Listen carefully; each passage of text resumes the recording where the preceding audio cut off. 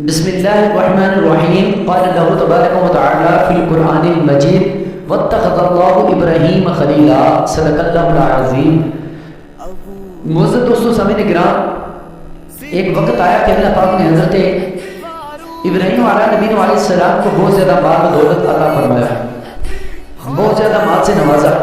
تو جب اللہ تبارک و تعالی نے انہیں مال سے نوازا اور ان کے پاس اس قدر جانور اور چوپائے تھے کہ کاؤنٹ میں بھی نہیں آتے تھے، گنتی میں بھی نہیں آتے تھے، اس قدر اللہ پاک نے ان کو مال و دولت عطا فرمایا تھا، اور ان کو اللہ پاک کی ذات کے ساتھ بہت پکی سچی محبت لگن شوق تھا، اور ہر وقت اللہ تبارک تعالیٰ کا یہ ورد کرتے تھے، ذکر کرتے تھے، چونکہ وقت کے نبی بھی تھے۔ اور جب ان کو اللہ پاک نے اس قدر مال و دولت عطا فرمایا تو اللہ پاک نے فرشتوں سے فرمایا کہ واتخذ اللہ ابراہیم خلیلا، کہ ابراہیم کو میں نے اپنا دوست مقرر کیا۔ ابراہیم جو ہے وہ میرا دوست ہے۔ تو فرشتے کہنے لگے کہ یا اللہ، جس شخص کو، جس انسان کو، جس شخصیت کو تو نے اتنا مال عطا فرمایا ہو اور اس قدر جانور مویشی اور ان کے پاس اس قدر مال و دولت ہو، اس نے یا اللہ تیرا دوست تو بننا ہی ہے، تیرا خلیل تو بننا ہی ہے۔ یہاں پر ایک بات میں روک کر اپنی ایک بات کروں گا کہ اگر کسی کے پاس مال و دولت آ جائے تو یہ بھی اس سے ثابت ہوا کہ یہ بھی ایک اللہ پاک کی رحمت ہوتی ہے، اور اگر دیکھا جائے تو اس میں ایک طرح سے آزمائش بھی ہوتی ہے۔ معزز سامعین کرام، اگر کسی کے پاس مال ہو، دولت ہو، روپے پیسہ ہو تو یہ بھی ایک اللہ کی طرف سے ایک انعام بھی ہوتا ہے اور اللہ کی طرف سے ایک رحمت ہی ہوتی ہے۔ تو اس انسان کو چاہیے کہ وہ اپنے خوشی کے دنوں میں، اپنے مال و دولت کے جو دن اس کے پاس آئیں، ان دنوں میں وہ اپنے رب رحمان کو نہ بھولے اور ہر وقت اللہ سے لوہی لگائے رکھے اور اللہ پاک کو ہی یاد رکھے۔ تو معزز سامعین کرام، تو آج ہمارا کیا حال بنتا ہے کہ اگر کسی کے پاس اللہ ماشاءاللہ کو مال و دولت آ جائے تو وہ اللہ پاک سے دور ہو جاتا ہے، نمازوں سے دور ہو جاتا ہے، سجدوں سے دور ہو جاتا ہے، اور پھر تو ذکر سے دور ہو جاتا ہے، قرآن شریف سے دور ہو جاتا ہے۔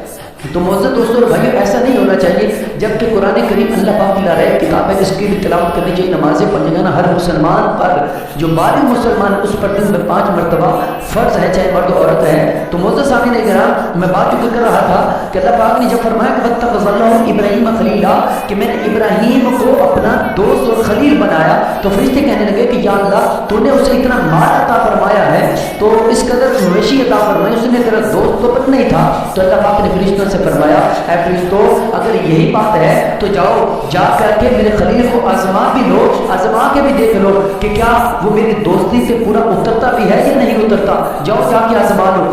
تو ایک فرشتہ آتا ہے انسانی صورت میں، حضرت ابراہیم علیہ السلام اپنا آپ مال مویشی جو ہے وہ ایک جگہ پہ چروا رہے ہوتے ہیں، آپ کے ساتھ خادم بھی ہوتے ہیں، نوکر چاکر بھی ہوتے ہیں۔ تو جب وہ فرشتہ آتا ہے تو آ کر کے کھیت کے ایک کونے میں بیٹھ جاتا ہے چھپ کر کے، اور اللہ پاک کا ذکر کرنا شروع کر دیتا ہے کہ سبحان اللہ والحمد للہ ولا الہ الا اللہ واللہ اکبر۔ تو اللہ پاک کا وہ ذکر کرنا شروع کر دیتا ہے۔ تو حضرت ابراہیم علیہ السلام جب یہ پیاری آواز سنتے ہیں تو آپ دیکھنا شروع کر دیتے ہیں کہ یہ کون انسان ہے کہ جو میرے رب کا ذکر کر رہا ہے، میرے رب کا ورد کر رہا ہے، یہ کون ہے انسان جو اس قدر سریلی آواز میں اور سونی اور میٹھی آواز میں اللہ پاک کا ذکر کر رہا ہے۔ تو آپ نے دیکھا کہ ایک فرشتہ انسانی صورت میں، انسانی شکل میں اور انسانی روپ میں، انسانی رنگ میں جو ہے وہ کھڑا ہو گیا اور کہنے لگا کہ جناب، میں مجھے آپ کے رب کا ذکر کر رہا تھا۔ تو آپ نے کہا کہ تو تھا جو میرے رب کا ذکر کر رہا تھا؟ کہنے لگا کہ جی میں ہی تھا۔ تو آپ نے کہا کہ یار، تو مجھے میرے رب کا ذکر نہیں سناتا، ایک دفعہ مجھے تو سنا۔ اس نے پھر ذکر کیا، سبحان اللہ والحمد للہ ولا الہ الا اللہ واللہ اکبر۔ جب اس نے یہ ورد کیا نا تو آپ جھومنے لگے اور آپ پر کیف طاری ہو گیا، اور آپ کے دل کے اندر اتنا سکون ملا اللہ پاک کا ذکر سن کر کے۔ تو معزز دوستو، تو آپ نے پھر کہا کہ یار تو اور نہیں سناتا مجھے ذکر میرے رب کا؟ تو کہنے لگا کہ جناب بات کچھ یوں ہے کہ پہلے تو میں ذکر کر رہا تھا، ورد کر رہا تھا اپنی مرضی سے، اور اگر اب ذکر کروں گا تو جناب اس پر آپ کی مرضی ہوگی اور روپے پیسے لگیں گے، جناب اس پر اجرت لگے گی۔ تو آپ نے پوچھا کہ بتا تیری اجرت کیا ہے؟ کیا اجرت لے گا تو مجھے میرے رب کا نام سنانے کا، میرے رب کا ذکر سنانے کا؟ تو کیا اجرت لے گا مجھ سے؟ وہ کہنے لگا کہ جناب، یہ جتنے بھی آپ کے مویشی چل رہے ہیں، جانور چل رہے ہیں، ان میں سے جتنے اونٹ ہیں سارے کے سارے اونٹ میں لے لوں گا، پھر ذکر سنوں سناؤں گا. تو آپ نے کہا کہ بس صرف یہی قیمت ہے؟ تو جا تجھے یہ اونٹ تجھے دیے تو میرے رب کا ذکر سنا.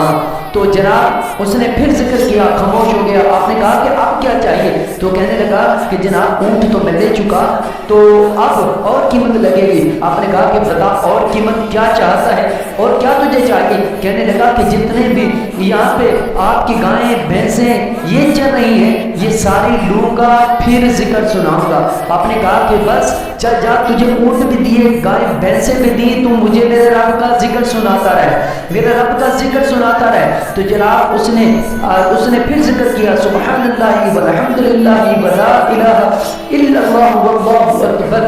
تو جب اس نے ذکر کیا تو خاموش ہو گیا.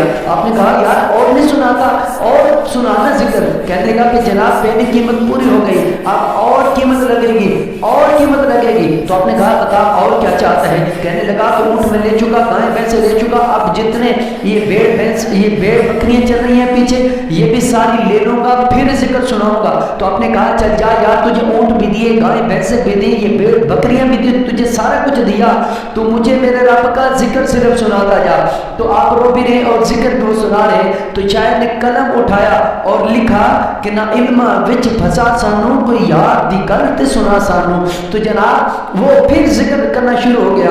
تو خاموش ہو گیا پھر کچھ دیر بعد ذکر کر کے. تو آپ نے کہا کہ اب کیا چاہیے؟ کہنے لگا کہ ابراہیم علیہ السلام آپ کے پاس اب کچھ بھی نہیں بچا مجھے دینے کے لیے. گائے بھینسیں لے چکا میں، اونٹ لے چکا، بھیڑ بکریاں لے چکا، نوکر چاکر لے چکا، اب آپ کے پاس کچھ بھی تو نہیں بچا، اب اور آپ مجھے کیا دیں گے؟ تو آپ نے کہا کہ یار بات سن، ایک بات ہے یہ اتنا اونٹ مال مویشی سارا کچھ بھیڑ بکریاں تجھے چرانے کے لیے بھی تو کسی کی ضرورت ہے نا، کسی خادم کی نوکر چاکر کی ضرورت ہے نا. تو کہنے لگا کہ نوکر چاکر کی تو ضرورت ہوتی ہے. تو آپ نے کہا کہ یار بات سن، تو مجھے ساتھ رکھ لے، میں تیرے مال کی حفاظت کرتا رہوں گا، میں تجھ سے روٹی نہیں مانگوں گا، کپڑا نہیں مانگوں گا، بس تو مجھے میرے رب کا ذکر سناتے رہنا، میں تیرے مال کی حفاظت کرتا رہوں گا.